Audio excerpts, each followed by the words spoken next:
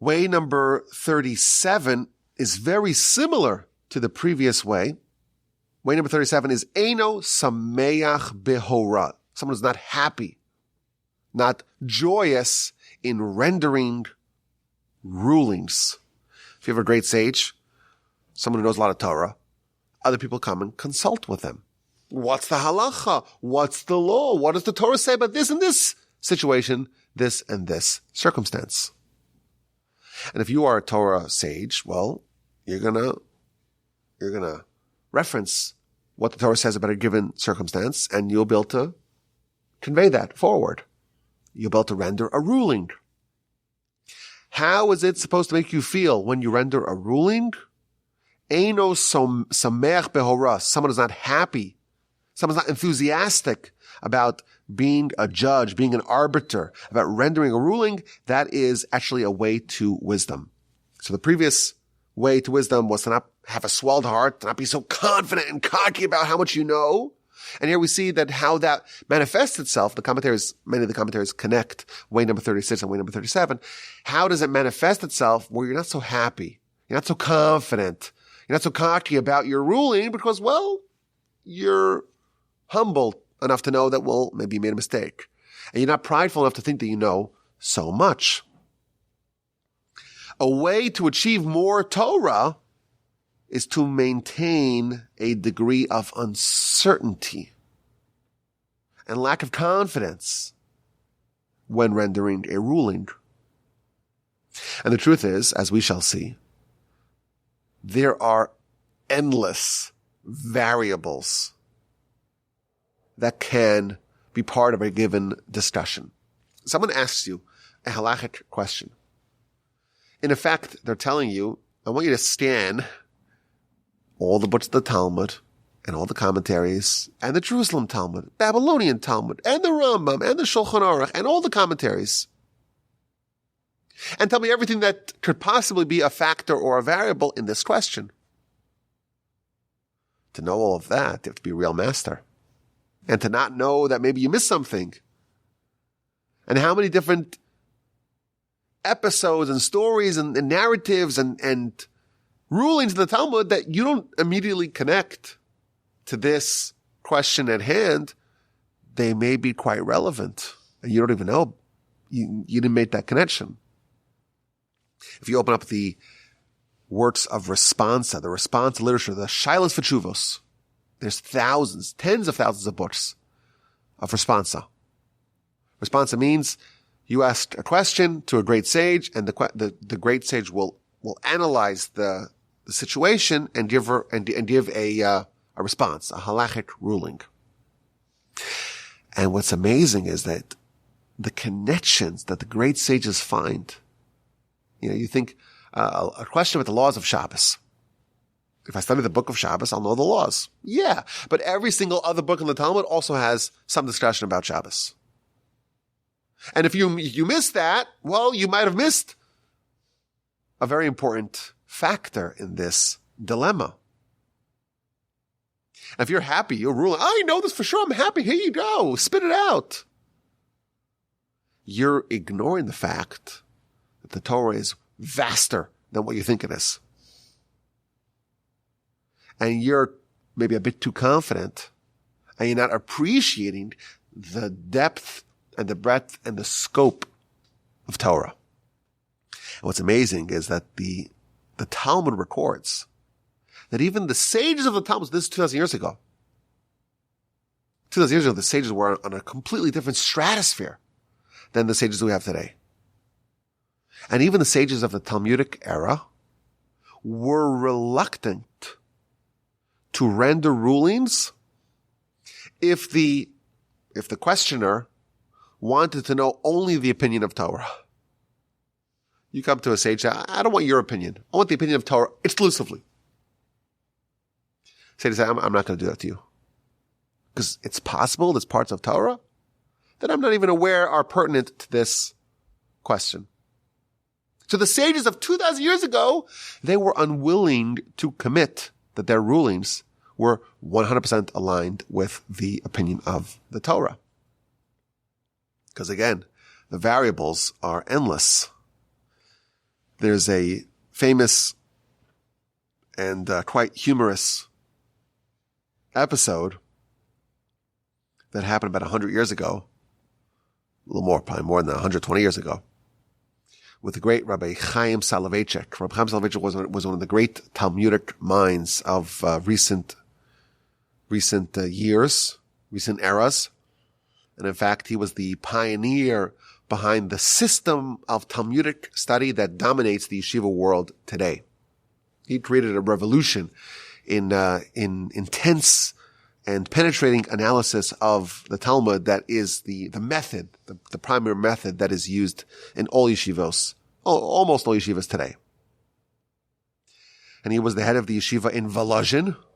And then when it shuttered, he moved just to the city of Brest Litovsk, as it's known, in Lithuania and Russia.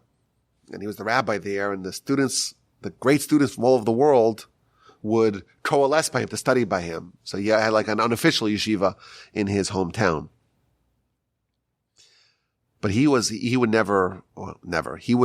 very reluctant to render any halachic ruling. Why? Because he could see both sides of every question and could prove both sides. And Talmud even tells a story about Rabbi Meir. Rabbi Meir, any dilemma, he would have 149, 150 proofs one way, 150 proofs the other way. So how do you have a ruling? You need to be a little bit ignorant to render a ruling. You have to rely on the sages, rely on the sources. But the story goes that it was by his son's wedding or wedding celebration. I read different versions of the story. There's a few different versions. The story got embellished. But it was a celebration related to the wedding of his son. It was either the wedding or it was the Sheva Brachos, the after-wedding celebration. And there was a big pot of meat that was going to be served. And a little bit of non-kosher meat fell inside of it. The meat fell in, and then they quickly scooped up the meat, but the little bit of the meat or the flavor went in now. So is this pot kosher or not? That's a important halachic question. Today we go to the HEB and you get kosher meat. It's very inexpensive relatively. But people today are living relatively affluent lives. And, you think about the times in the shtetl, people had very, very little meat. Maybe a little bit of chicken for Shabbos. There's this big pot of meat now for the celebration. I was looking forward to it. A little bit of non-kosher meat fell inside of it. You quickly scoop it out, but there are halachos of, okay, well, there's some now non-kosher flavor in it. And how much meat fell in, and how much flavor fell in, and what percentage of it is, and is it nullified? There's a principle that there is the nullification. When something becomes negligible, a tiny little drop, you have a huge pot of meat, a tiny drop of milk falls inside of it. The meat's still kosher because the milk is considered to be negligible. It's less than a 60th. It's like, less than 1%. It's like negligible. Just like, when you read on the label, it says that it has no high fructose corn syrup. It has 1 or 2 or 3% or 5%, but that's not enough to register. The government says, well, that's negligible. So there's a halachic principle of something being negligible from a halachic perspective, and therefore it's not considered to be, it wouldn't render it non-kosher. So a little bit of meat fell in. Is it kosher or not kosher? And there were a bunch of rabbis there. Everyone wanted to render their opinion. So they weren't sure exactly what percentage of the meat had fallen. Was it a 60th or was it not a 60th? Which adds another variable to it. It may or may not have been a 60th. If it's more than a 60th, well, then it's not negligible. If it's less than a 60th, then it is negligible. We don't know how much it is. We didn't measure it. So what now? So one of the rabbis there says, well, we have a principle. There's a lot of inside baseball here going on over here. We have a principle called Safek Derabanan Legula. When there is a matter of doubt of rabbinic severity, not biblical severity, the rabbis made a decree, we got to follow it, but there are certain rules. If you're unsure, if there's a suffix, there's a doubt, there's an uncertainty, then we tend to be lenient when it's a rabbinic circumstance versus when it's a real Torah law, a regional Torah law, then even in case of doubt, we are machmir, we are stringent. So here there's a question of min b'mino. Min b'mino. When the mixture is two of the same type, you have kosher meat, non-kosher meat, but they're both bovine meat. One of them wasn't slaughtered properly. Or it was slaughtered properly, was found to be a treifa afterwards. So it's not like it's pig and cow meat. It's cow meat and cow meat. So that's a case of min b'mino, it's rabbinic, and therefore it's a suffix, it's a doubt. In the case of a doubt, we are lenient. And all the rabbis agree, 100%, lenient, everyone can eat the meat. And Rabbi Soloveitch says, yeah, that's true. But because that meat that was slaughtered and found to be a treifa, it was not kosher. So it wasn't processed in the kosher fashion. And it wasn't salted properly. So therefore there's probably a little bit of blood in it. Kosher meat's always salted to remove the blood. Non-kosher meat's not salted. Or at least not salted to remove the blood with the same severity that you would remove blood from meat that you're going to eat. So it is true that the meat is min b'mino. It's the same thing, meat and meat, but there's also blood. And blood is not the same thing as the meat, and therefore it is of Torahitic, a case of a doubt of Torahitic stringency, and therefore if it's a suffix, if it's uncertainty, well, we should be machmir. It should be prohibited. So, oh, you're right, it's prohibited. And he says, no, maybe it's not prohibited. Because it's cooked blood, and cooked blood is all rabbinically prohibited, so it should be prohibited. He says, yeah, well, it's not, from the perspective of the animal, it's, the blood from a treifa would be biblically prohibited, because he brings a source that says that food that emerges from a non-kosher source is not kosher. So even though from the blood perspective, it is maybe not a problem because it was cooked, but from the fact that it's yotze min ha'aser, which is a different halachic category, it should be prohibited on that grounds. And the story goes on and on. Every argument that they presented, he brought a counter argument, and so on. And this is just an example. There's a lot of lore about this story because the details. I Googled and tried to find the details because I don't want to give you guys the story that's not precise. But there's a few different versions of what exactly the arguments were. But the point is that it's very, very hard to say with definitiveness you've covered every single aspect of the Torah in rendering a halachic ruling. So if you're very joyous, you're confident, you're not according the Torah sufficient respect. By the way, in the end, they had to forego the meat. They didn't eat the meat. That's the end of the story. But it goes on. There's a few different variables that are present in that story. I will tell you, this Rabbi Soloveitch, even though he was the rabbi of the city, he didn't render rulings because of this, because he could see all the different angles. But we have a policy in the Torah that when a rabbinic figure, a bona fide rabbinic figure, renders a ruling, well, that's the ruling, and that's what you follow. So when he would ask his questions to Rabbi Spector, Rabbi Yitzchak Elchanan Spector was considered the greatest rabbi of the generation, he would say to him, listen, I want an answer, but make it one word answers. Yes or no. Permitted, prohibited. Because if you give me all your arguments, I might be able to disprove them. But if the rabbi gives me a ruling, okay, I can follow that ruling. So he would say, send me a telegram with one word. Yes, no, mutter, aser, and so on. Permitted, prohibited. Don't give me your rationale, because rationale I'll be able to disprove it.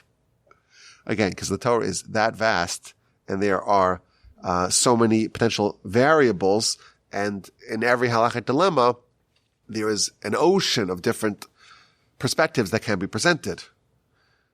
And that's why it's very important that, first of all, why we rely on our antecedents. When you have the sages from years past, they knew so much more Torah than you could even fathom. they give a ruling, that is something that you can rely upon. Because you're in effect saying that this incredible master of Torah, they came out with a ruling that is reliable. Rely on them, not on your own mastery. See, interesting, even in the times of the Talmud records a prayer that one of the sages of the Talmud would say every time he entered the Beis Medrash, the academy. His prayer was, let me not make any mistakes. Let me not say something which is really permitted that it's prohibited, or vice versa. Something which is pure, let me not say that it is impure, or vice versa. The sages were very not confident. It would be foolish for us to be confident, and again, it would be counterproductive. Because we're going to stay on a very surface level and not study more and more and more to gain more and more insight and more information about the Torah and about a given circumstance, a given ruling. The Talmud actually says, no sage has ever gotten it right from the beginning.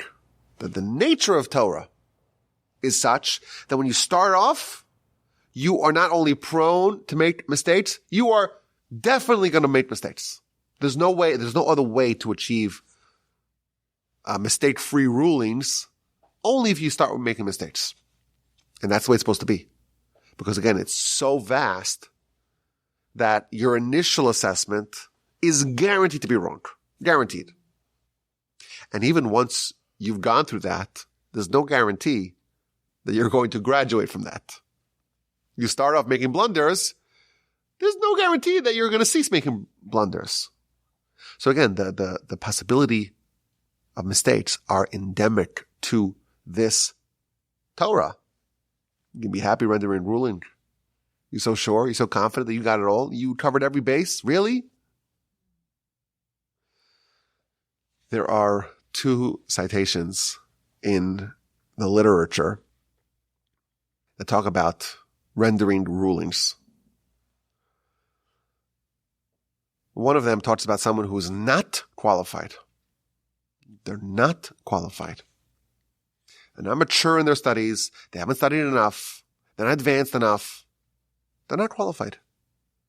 But they are irrationally confident and they render rulings nonetheless. It's a big problem. And the Talmud says, they are like a murderer. That's how severe it is. You're going to render a ruling without having the proper aptitude and experience and tutelage. It's murder. Very, very harsh language that the sages use for someone who's not qualified and renders ruling nonetheless. On the flip side, you have someone who is qualified and they don't want to render a ruling. They're scared, justifiably so. We've seen, even the sages were sages of the Talmud were scared. The Talmud, we talked about this in the past, Talmud says that when you render a ruling, you're imagining in your head that there's knives everywhere. And if I don't tiptoe on the right path, I'm going to get slashed. That's how serious you have to take this process of rendering a ruling. It's life and death. So you're a great sage and you are qualified. You don't want to do it. It's too scary. Talmud says, in that case, also you're like a murderer.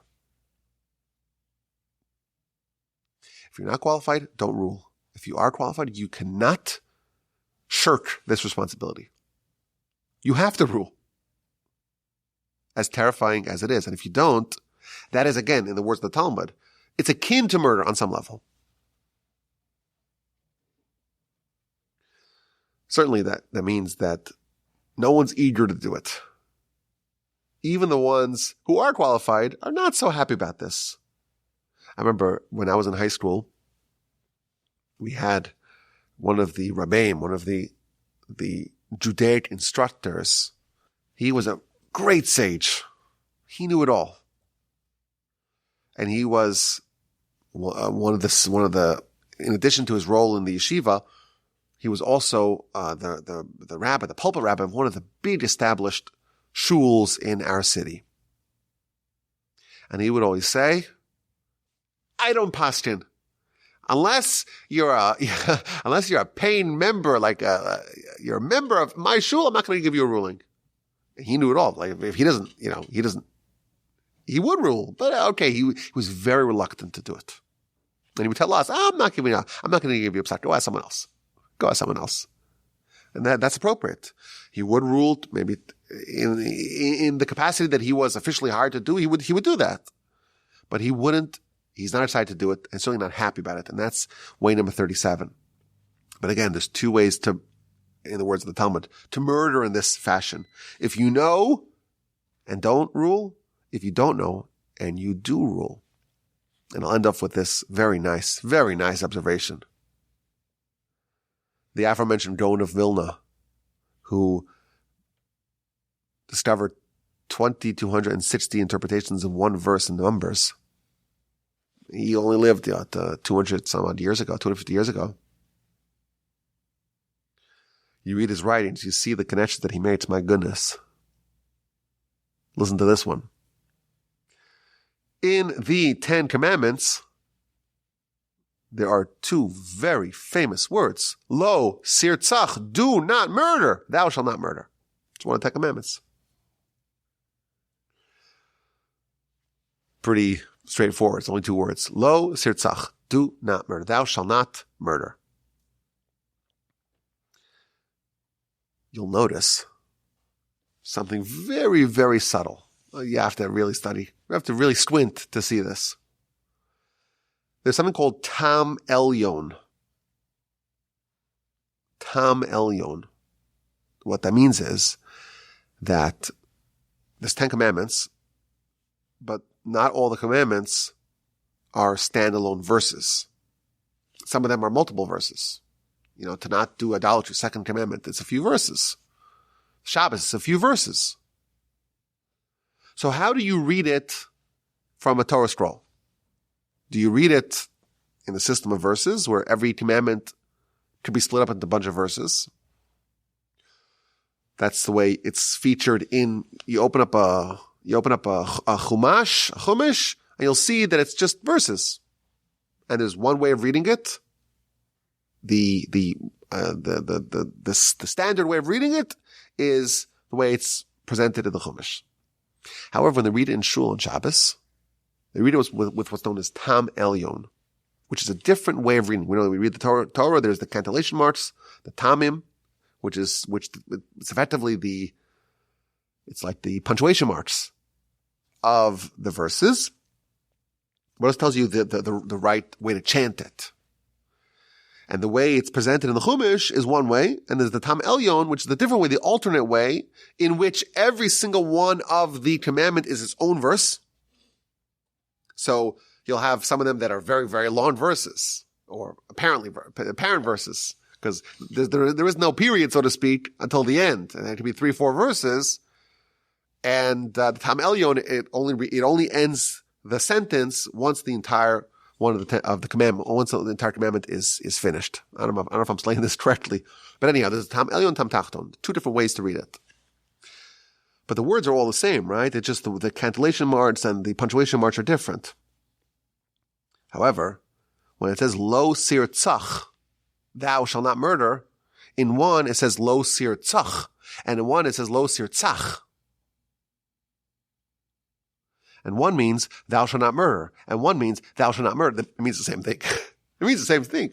But one's spelled with a kamatz, sirtzach, and one's spelled with a patach, sirtzach. Thou shalt not murder, thou shalt not murder. What is the difference between lo sirtzach with the kamatz and lo sirtzach with a patach?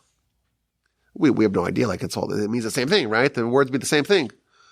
Sirtzach, it's the same word. Don't murder. So why is one spelled with a kamatz, one spelled with a patach? We don't know. Comes along the Gaon of Vilna and says, Patach, Poteach, which is the name of the Nakuda of Lo Sirtzach, Patach. It means to open. Poteach, open. Petach, an opening. Patach means to open. Lo sirtzach, with the kamatz means to close. A kamitza is to close. Gaon Vilna says that this is hinting to us of the two types of murder.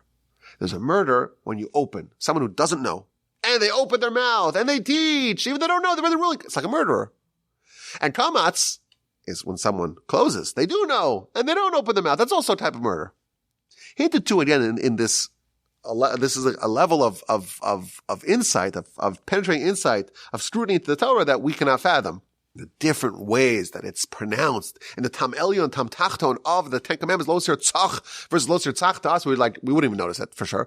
And if we did notice it, we wouldn't be able to determine why. And of course, we may say, oh, okay, it doesn't matter. That's a mistake. Everything matters. Everything is with utmost precision. And the Gaon Vilna is able to reveal to us, well, the Talmud says that there's two types of murderer. One who opens their mouth when they shouldn't. One who closes their mouth when they shouldn't. And that's hitting to kamatz means to close. Patach means to open. There's two ways to achieve murder in rendering rulings. That's hinted to in the difference between the Tam Elyon and Tam Tachton of the Ten Commandments. Fascinating stuff. But this is the way number 37. When you're a judge, hopefully you're worthy to do that. And don't render rulings if you're not worthy. But even then, Eino sameach behora. You're not happy, you're not enthusiastic about it. Why? Because you realize how vast Torah is. When you realize how vast Torah is and how prone you are to make mistakes, you will study more. And thus, this is a way to wisdom, a way to achieve Torah. Way number 37. Eino sameach behora. My email address is rabbi.wolbe@gmail.com. I look forward to your questions, your comments, and your feedback.